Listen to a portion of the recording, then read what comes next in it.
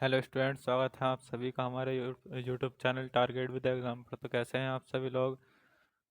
आज हम हिंदी की महामैराथन करने जा रहे हैं, जिसमें हम आपको शॉर्ट क्वेश्चन, लॉन्ग क्वेश्चन और पीवाईक्यू क्वेश्चन, एमसीक्यू क्वेश्चन, सारे क्वेश्चन कराए जाएंगे जो आपके पेपर में बहुत हेल्प करेंगे। तो जल्दी जल्दी बता दें कैसे हैं आप सभी लोग, और अपनी हाजिरी लगा दें कमेंट बॉक्स में। और सबसे पहले, यदि चैनल पर नए हो तो चैनल को सब्सक्राइब करें और वीडियो को लाइक ज़रूर करें, ताकि हमारी वीडियो और दोस्तों तक ज़्यादा से ज़्यादा पहुंच सके। तो चैनल पर नए हो तो सब्सक्राइब करें, क्योंकि सब्सक्राइब करने से नई वीडियो आने आने वाली आपके पास सबसे पहले पहुंचती है। इसलिए चैनल को सब्सक्राइब करें, और आपके एक एक सब्सक्राइब से ही हमारा हौसला और हिम्मत बढ़ती है। जितने ही बच्चे ये वीडियो देख रहे हैं, तो सभी बच्चे इस चैनल को सब्सक्राइब ज़रूर करें। तो चलिए हम अपनी क्लास की ओर चलते हैं। तो क्लास का पहला क्वेश्चन आता है। आज हम ये सब कुछ पढ़ने वाले हैं: गद्य साहित्य का इतिहास, पद्य साहित्य का इतिहास, संपूर्ण हिंदी व्याकरण, जीवन परिचय। जीवन परिचय की क्लास मैंने शॉर्ट वीडियो डाल दी है, उसे जाके देख लें, आचार्य रामचंद्र शुक्ल का। और कवियों की भी डाल दी जाएगी जल्द से जल्द। तो इसलिए चैनल को जल्द से जल्द सब्सक्राइब करें। चलिए आगे चलते हैं। पहला क्वेश्चन आता है। प्रसाद पंत निराला और महादेवी को इस युग के चार स्तंभ माना गया, तो कौन है? छाया। तो किसमें माना गया है? तो पेन ले लेते हैं हम, रेड। चलिए, प्रसाद पंत निराला और महादेवी को इस युग के चार स्तंभ माना गया, तो किसके माना गया? प्रयोगवाद के, नई कविता के। तो इसमें ऑप्शन नंबर बी हो जाएगा, छायावाद के। ऑप्शन नंबर बी सही है इसका, छायावाद। अगले क्वेश्चन की ओर चलते हैं।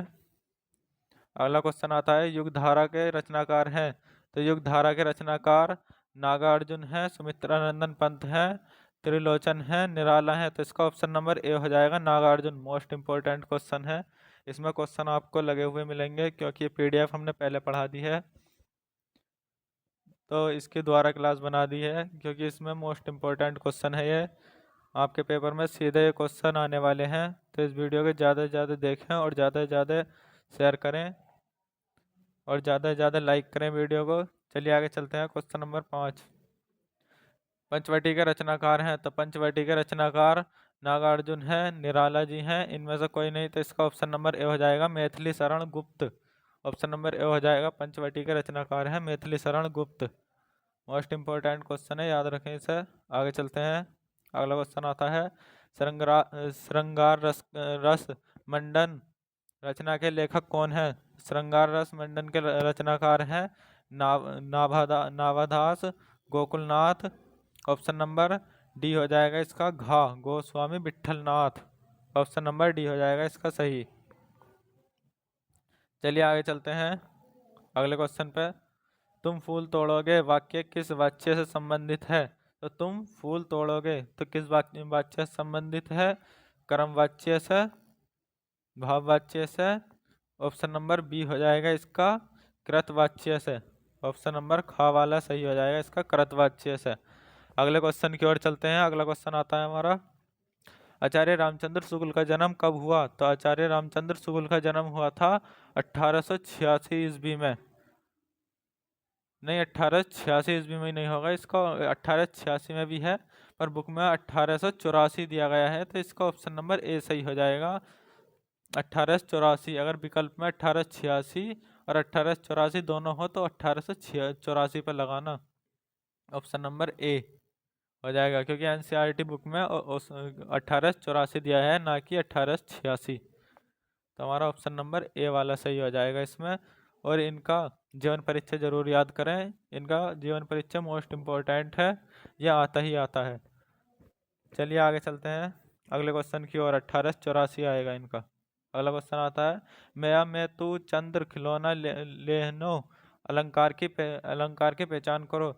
तो इसमें रूपक अलंकार हो जाएगा, ऑप्शन नंबर डी। अनुप्रास अलंकार होता है जिसमें एक ही वर्ण की बार बार आवृत्ति होती है। ऑप्शन नंबर डी हो जाएगा इसमें रूपक अलंकार। अगले क्वेश्चन की ओर चलते हैं हम। अगला क्वेश्चन आता है, राम श्याम में कौन सा समास है? तो राम और श्याम में कौन सा अलंकार है, कौन सा समास है इसमें? तो इसमें द्वंद्व समास आ जाएगा, जिसमें डैश होता है ना बीच में, ये डैश है, ये देखिए ये डैश। तो उसमें द्वंद्व समास होता है, ये इसका मतलब होता है और, इसमें और आता है, वो द्वंद्व समास होता है। ऑप्शन नंबर डी सही हो जाएगा इसका।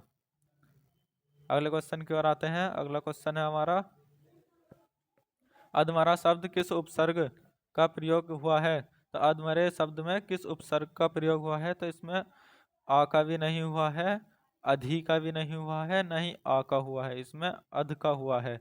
ऑप्शन नंबर सी हो जाएगा इसका, अध। ऑप्शन नंबर सी है। यदि आपको यह वीडियो पसंद आ रही हो तो इसे लाइक ज़रूर करें। आपकी लाइक से ही ये वीडियो और दोस्तों तक पहुंचती है। तो इस वीडियो को लाइक ज़रूर करें।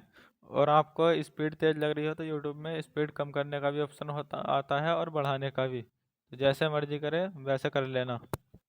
चलिए आगे चलते हैं। कुसंग का ज्वार भयानक होता है, यह वाक्य शुक्ल जी के किस निबंध से उद्गृत है? तो ये किस निबंध से उद्गृत है? ये है मित्रता, पहले ही चैप्टर है इसमें। नहीं करुणा से है, और इसमें ऑप्शन नंबर हो जाएगा बी, मित्रता। इंपॉर्टेंट क्वेश्चन है, याद रखें इसे। अगले क्वेश्चन की ओर चलते हैं। अगला क्वेश्चन आता है, वाराणसी कस्यम भाष्यम केंद्रलम अस्ति? वाराणसी किस भाषा का केंद्र है? तो वाराणसी संस्कृत भाषा का केंद्र स्थल है। ऑप्शन नंबर ए सही हो जाएगा इसका। नहीं, हिंदी का है। ऑप्शन नंबर ए हो जाएगा इसका, संस्कृत का। ऑप्शन नंबर ए। अगले क्वेश्चन की ओर चलते हैं। अगला क्वेश्चन है, वाराणसी नगरी कस्यम नघा कूले स्थित? वाराणसी नगरी किस कहाँ पर स्थित है? तो वाराणसी नगरी गंगायम कूले स्थित, गंगा के तट पर स्थित है। ऑप्शन नंबर ए हो जाएगा, वाराणसी गंगा गंगा के तट पर स्थित है। अगले क्वेश्चन की ओर चलते हैं। अगला क्वेश्चन है हमारा, अमीर खुसरो की रचना का नाम है? तो अमीर खुसरो की रचना का क्या नाम है? तो अमीर खुसरो की रचना का नाम है पहेलियाँ मुकराई। ऑप्शन नंबर डी हो जाएगा, मुकरियाँ। अगला क्वेश्चन आता है हमारा, निम्न में से छायावादी युग के लेखक हैं? तो निम्न में से छायावादी युग के लेखक कौन है? तो छायावादी युग के लेखक हैं Suryakant Tripathi Nirala. Option number C सही हो जाएगा इसका। Option number C, Suryakant Tripathi Nirala. Important question है, याद रखें। आगे चलते हैं। अगला क्वेश्चन आता है हमारा, क्या भूलूं क्या याद करूं, नीड़ का निर्माण फिर किस लेखक की रचना है? तो ये किस लेखक की रचना है? अमृत राय की। ऑप्शन नंबर जयशंकर प्रसाद की। ऑप्शन नंबर सी हो जाएगा, हरिवंश राय बच्चन की। इंपॉर्टेंट क्वेश्चन है, याद रखें। अगले क्वेश्चन की ओर चलते हैं हम। अगला क्वेश्चन आता है हमारा, नासिकेतोपाख्यान के लेखक हैं? तो नासिकेतोपाख्यान के लेखक कौन है? इंशाअल्लाह खां। रानी केतकी की कहानी लिखी है इन्होंने, इंशाअल्लाह खान है। इंपॉर्टेंट है, रानी केतकी की कहानी। ऑप्शन नंबर डी हो जाएगा, सदल मिश्र। नासिकेतोपाख्यान के लेखक सदल मिश्र हैं। Option number D. Important question है, याद रखें इसे भी। ना ही लल्लू लाल होगा, ना ही इंशाअल्लाह खां होगा, इसका ऑप्शन नंबर डी हो जाएगा, सदल मिश्र। इंपॉर्टेंट क्वेश्चन है, याद रखें। अगले क्वेश्चन की ओर चलते हैं। अगला क्वेश्चन आता है हमारा, खड़ी बोली की प्रथम गद्य रचना मानी जाती है? तो खड़ी बोली की प्रथम गद्य रचना कौन सी है? तो यह है ऑप्शन नंबर ग हो जाएगा इसमें, गोरा बादल। गोरा बादल की कथा। ऑप्शन नंबर बी वाला सही हो जाएगा, गोरा बादल की कथा। क्या भूलूं क्या याद करूं, नीड़ का निर्माण, ये अभी देखी थी हमने, तो इसमें हो जाएगा ऑप्शन नंबर बी, गोरे बादल की कथा। अगले क्वेश्चन की ओर चलते हैं। अगला क्वेश्चन आता है हमारा, हास्य रस का स्थायी भाव है, तो हास्य रस का स्थायी भाव शोक होता है। हास्य रस का स्थायी भाव हास होता है। ऑप्शन नंबर ए। गलती हो गई अभी। हास्य रस का स्थायी भाव हास होता है और करुण रस का शोक होता है। इनमें से एक क्वेश्चन मिल जाएगा आपको। करुण रस का शोक होता है, हास्य रस का हास होता है। इन दोनों को याद जरूर रखें। अगले क्वेश्चन की ओर चलते हैं। अगला क्वेश्चन आता है हमारा, हरीश निबंध पढ़ता है, वाक्य क्रम वाच्य में रूप होगा। तो हरीश निबंध पढ़ता है, तो हरीश के द्वारा निबंध पढ़ा जाता है। ऑप्शन नंबर ए सही हो जाएगा। हरीश के द्वारा निबंध पढ़ा जाता है। ऑप्शन नंबर ए सही है। हरीश ने निबंध नहीं पढ़ा, ये भी गलत हो जाएगा। हरीश निबंध नहीं पढ़ सका, ये भी गलत हो जाएगा। उपरोक्त कोई नहीं, तो ये भी गलत हो जाएगा। ऑप्शन नंबर ए हो जाएगा। हरीश के द्वारा निबंध पढ़ा जाता है।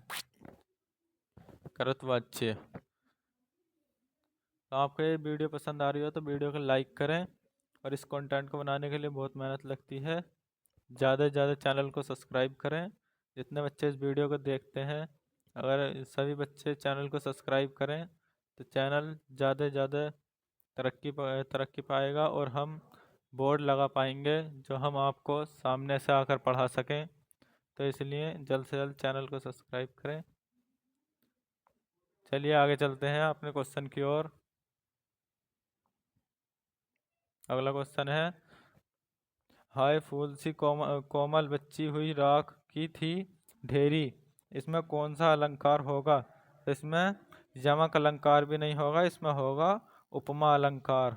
ऑप्शन नंबर ए सही हो जाएगा, उपमा अलंकार।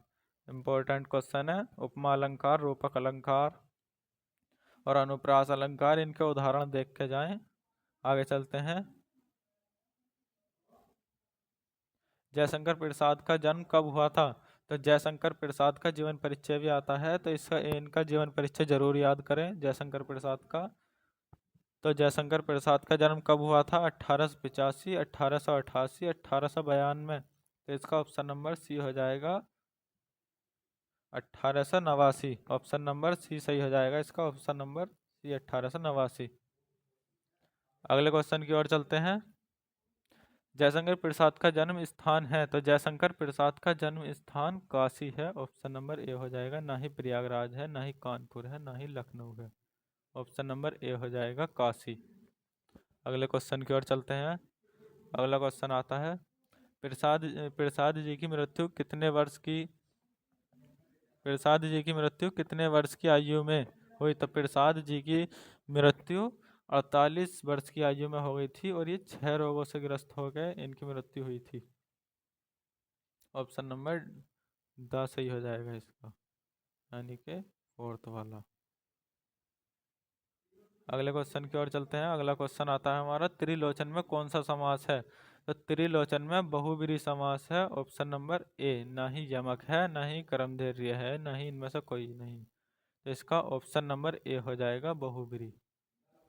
अगले क्वेश्चन की ओर आते हैं। अगला क्वेश्चन है हमारा, चतुराई में कौन सा प्रत्यय है? तो चतुराई, तो इस प्रत्यय होता है जो शब्द के बाद में लगता है और उपसर्ग उपसर्ग होता है जो शब्द के आगे लगता है। तो प्रत्यय हो जाएगा इसमें आई। ऑप्शन नंबर बी हो जाएगा। नहीं आह होगा और नहीं आई होगा और नहीं आऊ होगा। ऑप्शन नंबर बी हो जाएगा आई। अगले क्वेश्चन की ओर चलते हैं। अगला क्वेश्चन आता है हमारा, चतुराई, ये रिपीट हो गया है क्वेश्चन, तो इसका भी बी हो जाएगा। चतुराई में कौन सा प्रत्यय भी बताया है, तो रिपीट है क्वेश्चन। अगले क्वेश्चन की ओर चलते हैं। रानी केतकी की कहानी रानी केतकी की कहानी के लेखक हैं? तो अभी आपको बता दिया गया था, ये इंसा अल्लाह कहाँ की है। ऑप्शन नंबर ए हो जाएगा। ना ही सदल मिश्र और ना ही लल्लू लाल। ऑप्शन नंबर ए हो जाएगा, इंसा अल्लाह कहाँ, रानी केतकी की कहानी। इंपॉर्टेंट क्वेश्चन है, याद रखें।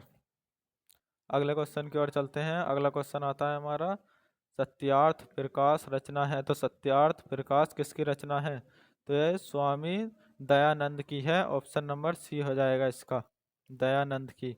वीडियो पसंद आ रही हो तो इसे वीडियो को लाइक ज़रूर करें और चैनल पर नए हो तो चैनल को सब्सक्राइब ज़रूर करें। इस कंटेंट को बनाने के लिए बहुत मेहनत लगती है, तो चैनल को सब्सक्राइब ज़रूर करें। यदि सभी बच्चे चैनल को सब्सक्राइब करेंगे तो चैनल ज़्यादा से ज़्यादा बढ़ोतरी पाएगा।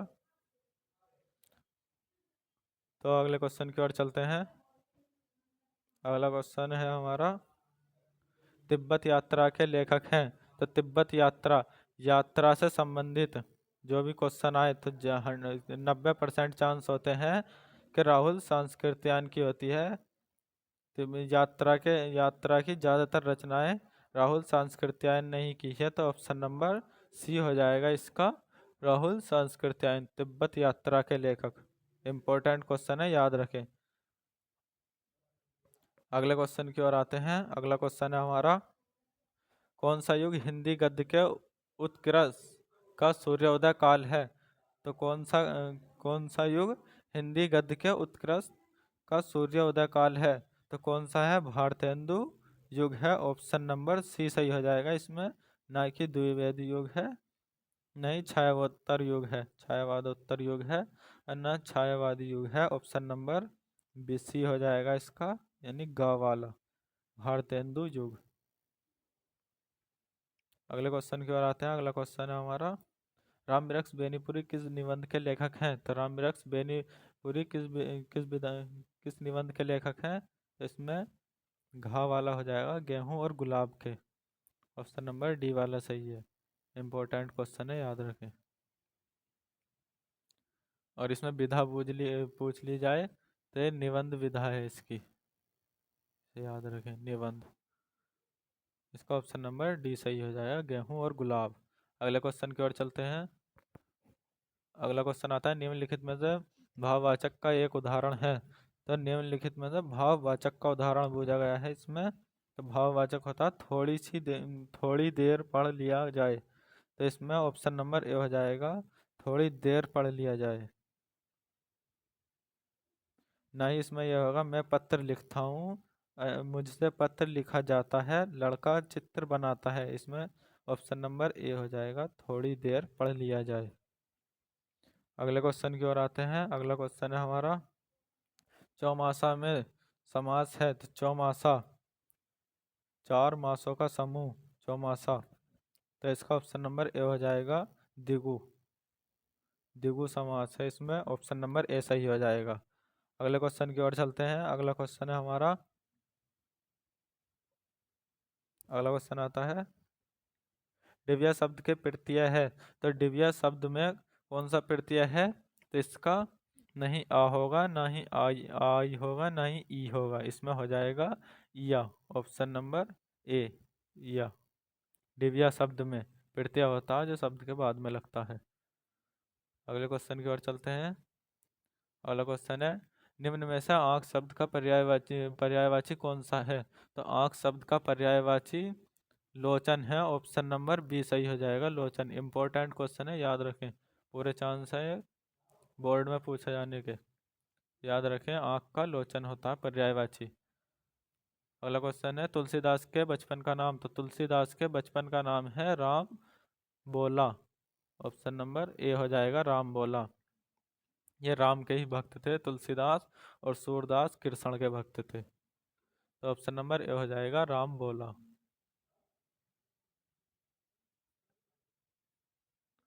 अगले क्वेश्चन की ओर चलते हैं। अगला क्वेश्चन है हमारा, तुलसीदास के गुरु का नाम था। तो तुलसीदास के गुरु का क्या नाम था? तो तुलसीदास के गुरु का नाम है नहरी दास। ऑप्शन नंबर ए सही हो जाएगा, नहरी दास, ना ही बल्लभाचार्य है। ये बल्लभाचार्य सूरदास के गुरु का नाम है। ऑप्शन नंबर ए हो जाएगा, नहरी दास। अगले क्वेश्चन की ओर चलते हैं। क्वेश्चन नंबर 40, धनुष भंग शीर्षक तुलसीदास की किस रचना के उद्धृत है? तो धनुष भंग, तो धनुष भंग है रामचरित्र मानस के। ऑप्शन नंबर ए हो जाएगा इसका।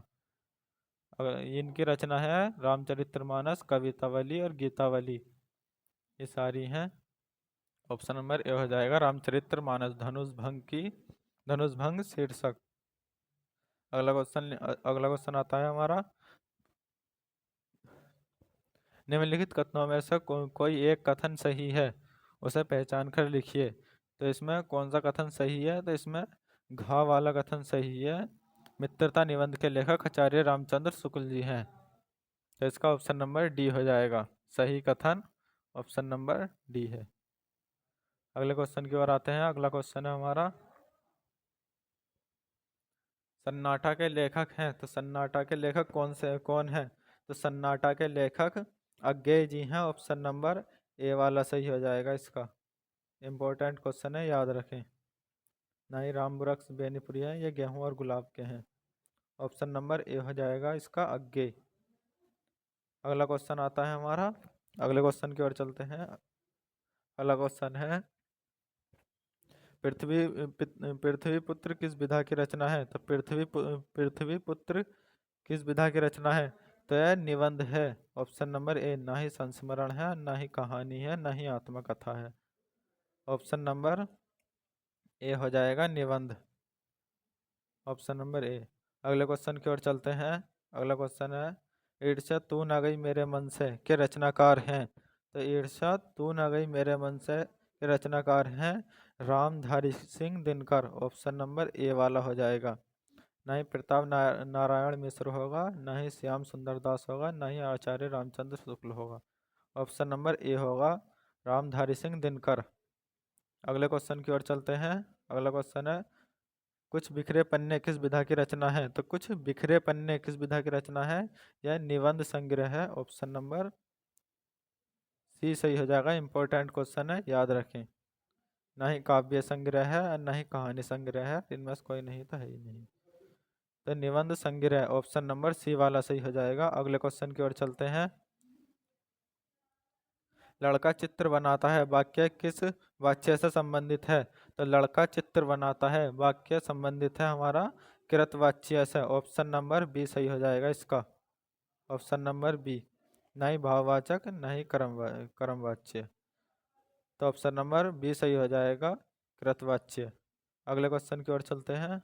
अगला क्वेश्चन आता है, गिरधारी गिरधारी में कौन सा समास है? तो गिरधारी में समास है बहुब्रीहि।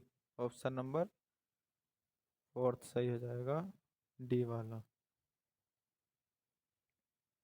अगले क्वेश्चन की ओर चलते हैं। अगला क्वेश्चन आता है हमारा, हरिपद हरिपद के कोमल कमल से इसमें कौन सा अलंकार है? तो हरिपद कमल कोमल से, तो इसमें उपमा अलंकार है। ऑप्शन नंबर सी हो जाएगा गा वाला। ऑप्शन नंबर सी, हरिपद के कोमल कमल से, तो इसमें उपमा अलंकार हो जाएगा, ना ही यमक, ना ही अनुप्रास। ऑप्शन नंबर ए हो जाएगा उपमा अलंकार।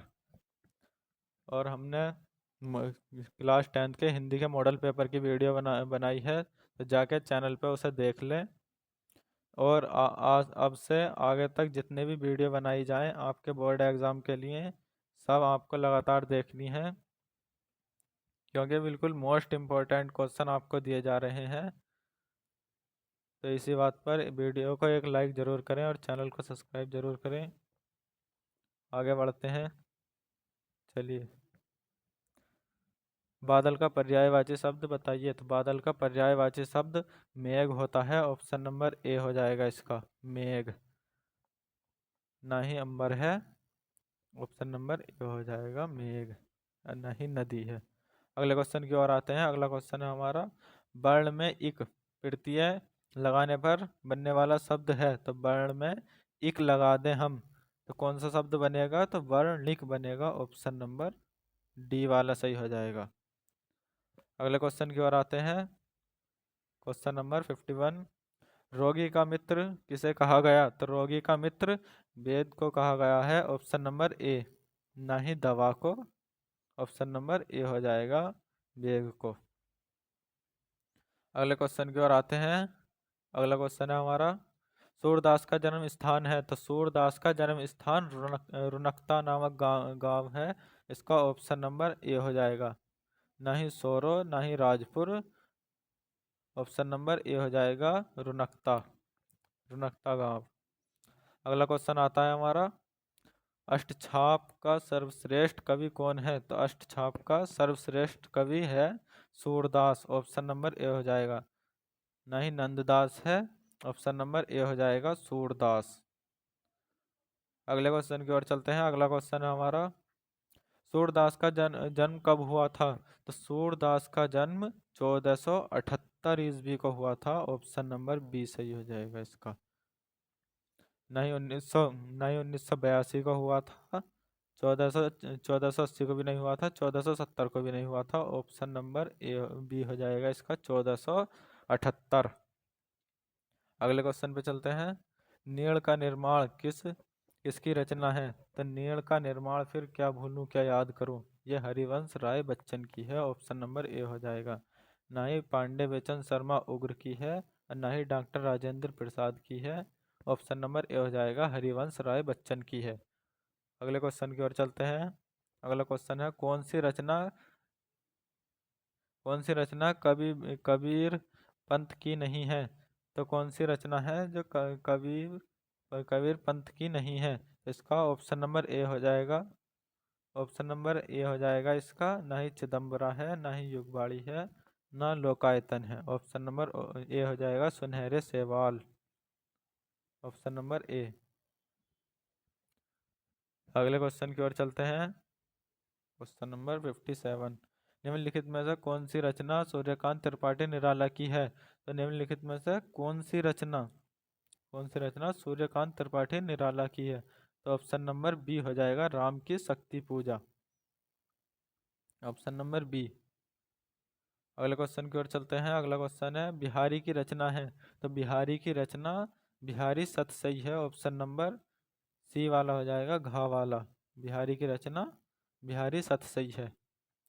अगले क्वेश्चन की ओर आते हैं। अगला क्वेश्चन, राम नहीं खाएगी वाक्य का भाववाचक में रूपांतरण होगा। तो इसका रूपांतरण करना है भाववाचक में, भाववाच्य में। तो इसका ऑप्शन नंबर ए हो जाएगा, राम से खाया नहीं जाएगा। राम से खाया नहीं जाएगा। ऑप्शन नंबर ए हो जाएगा। अगले क्वेश्चन की ओर चलते हैं।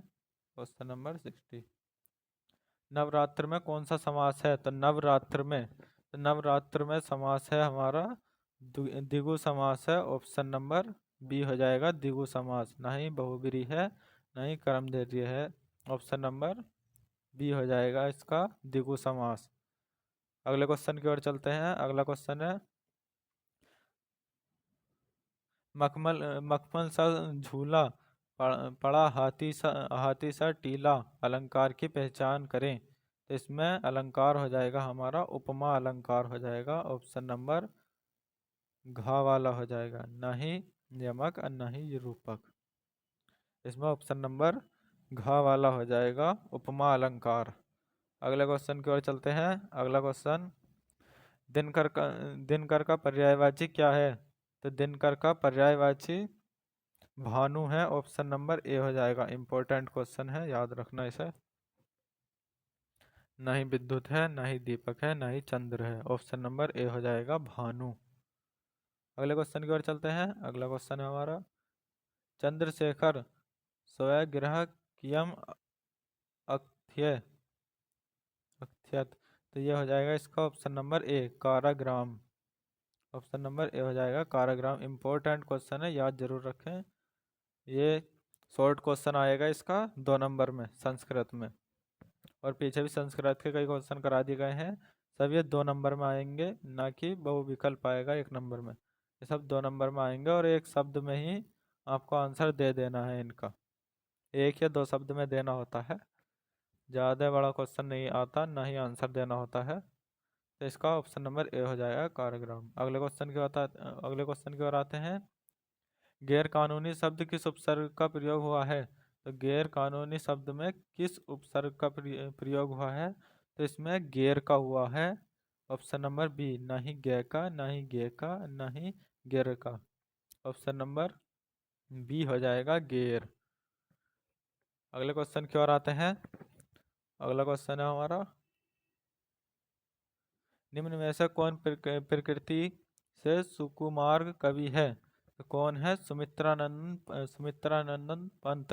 हमने पहले वीडियो बनाई थी तो उसमें ये क्वेश्चन है, इंपॉर्टेंट क्वेश्चन है, याद रखें। ना ही बिहारी जी हैं, ना ही महादेव वर्मा है, ना ही रस खान है।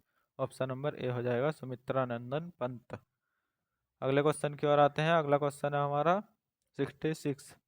सुमित्रानंदन पंत का जन्म काल। तो सुमित्रानंदन पंत का जन्म काल है ऑप्शन नंबर ए हो जाएगा 1900। ए वाला ना ही 1910 है, ना ही 1920, ना ही 1930। ऑप्शन नंबर ए हो जाएगा 1900। अगला क्वेश्चन आता है सुमित्रानंदन पंत का वास्तविक नाम था। तो सुमित्रानंदन पंत का वास्तविक नाम है गुसाई दत्त। ऑप्शन नंबर ए हो जाएगा, ना ही सूर्य कुमार है। ऑप्शन नंबर ए हो जाएगा गुसाई दत्त। अगले क्वेश्चन की ओर आते हैं। अगला क्वेश्चन है कौन सी रचना सूरदास की नहीं है। तो इनमें से बताना है कौन सी रचना सूरदास की नहीं है। तो इसका ऑप्शन नंबर बी हो जाएगा सवध। ऑप्शन नंबर बी, या ये नहीं है। सूर सागर भी इनकी रचना है और सूर सारावली भी इनकी रचना है, साहित्य लहरी भी इनकी रचना है। तो इसमें ये ऑप्शन नंबर बी हो जाएगा इसका सवध। सूरदास की रचना नहीं पूछी गई है तो इसमें शब्द हो जाएगा। अगला क्वेश्चन आता है छत्रसाल दशक के कवि हैं। तो छत्रसाल दशक के कवि भूषण जी हैं। ऑप्शन नंबर सी हो जाएगा, ना ही केशव है ना ही बिहारी है। इसका ऑप्शन नंबर सी हो जाएगा भूषण, यानी गा वाला।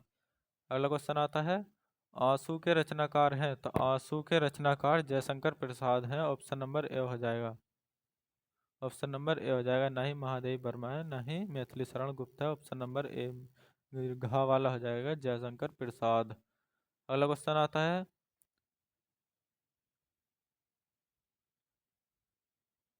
श्री कृष्ण गतिवाली के रचयिता हैं। तो श्री कृष्ण गतिवाली के रचयिता हैं तुलसीदास। ऑप्शन नंबर ए हो जाएगा, ना ही सूरदास ना ही भूषण ना ही भारतेंदु हरिश्चंद्र। तो इसका ऑप्शन नंबर ए हो जाएगा तुलसीदास।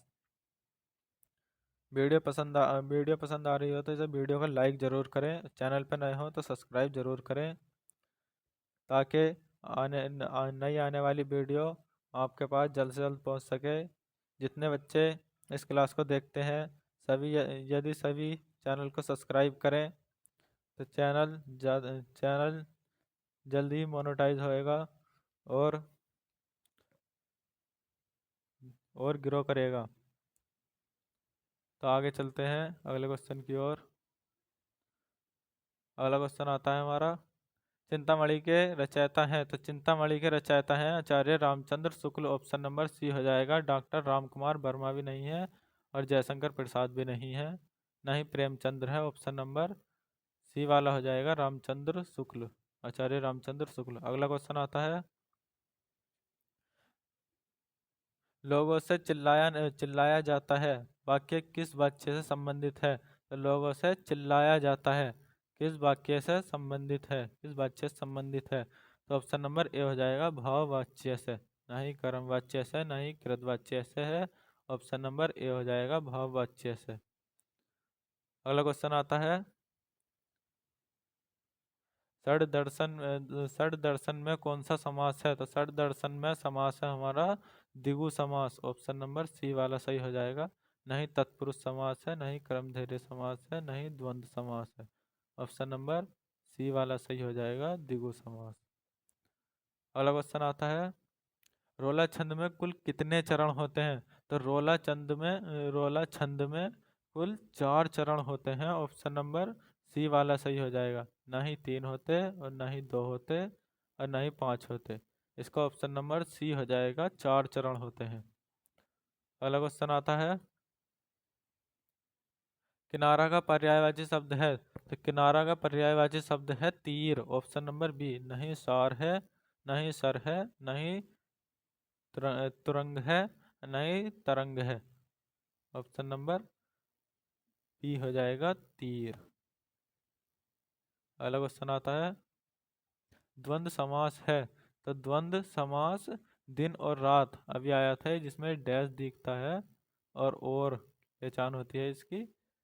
तो इसमें द्वंद्व समास होता है। तो इसका ऑप्शन नंबर सी सही हो जाएगा। अगला क्वेश्चन आता है। अगला क्वेश्चन है अहिंसा का दूसरा रूप त्याग है और हिंसा का दूसरा रूप या दूसरा नाम स्वार्थ है। प्रस्तुत पंक्ति किस पाठ से उद्गृहित है? तो ये भारतीय भारतीय संस्कृति से है। ऑप्शन नंबर गा वाला सही हो जाएगा। ना ही ममता, ना ही मित्रता, ना ही क्या लिखूं। ऑप्शन नंबर सी वाला हो जाएगा, भारतीय संस्कृति। अगला क्वेश्चन आता है, डॉक्टर राजेंद्र प्रसाद का जन्म कब हुआ था? तो डॉक्टर राजेंद्र प्रसाद का जन्म 1884 ईस्वी में हुआ है। ऑप्शन नंबर ए हो जाएगा इसका। नहीं 1885, नहीं 1886, नहीं 1887। ऑप्शन नंबर ए हो जाएगा 1884। अगले क्वेश्चन की ओर चलते हैं। अगला क्वेश्चन है, डॉक्टर राजेंद्र प्रसाद का जन्म स्थान है?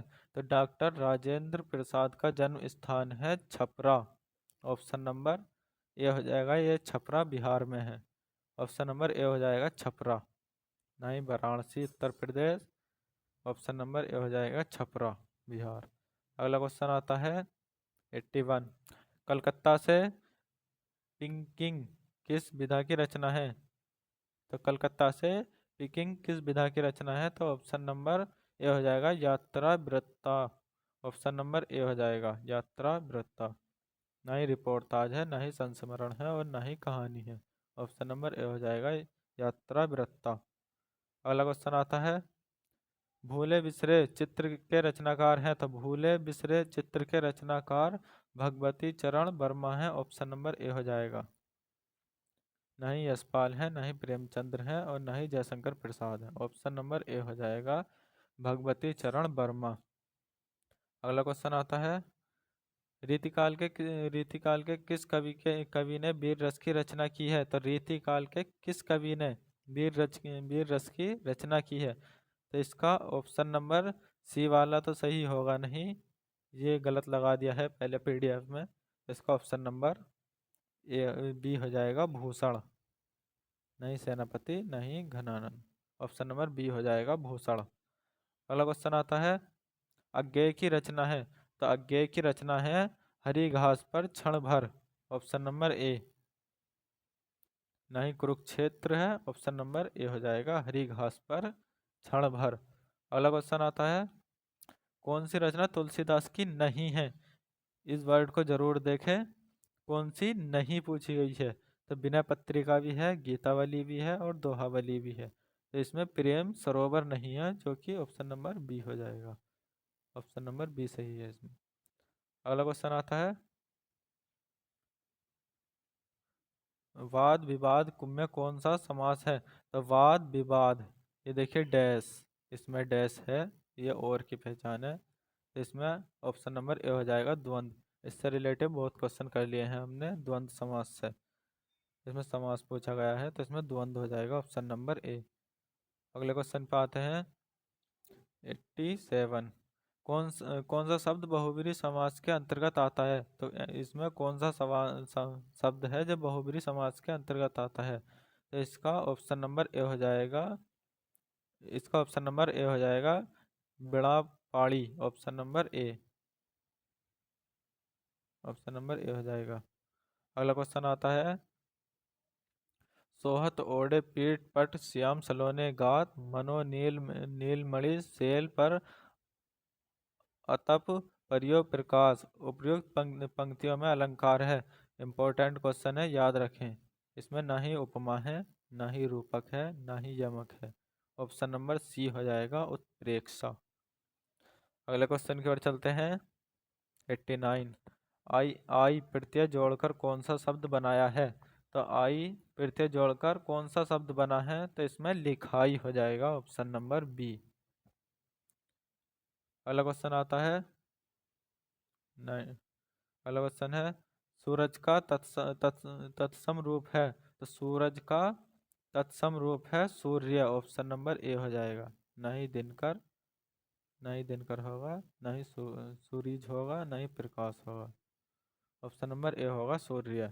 अगला क्वेश्चन पे आते हैं, राम ने रावण को बाण से मारा, वाक्य में कौन सा वाच्य है?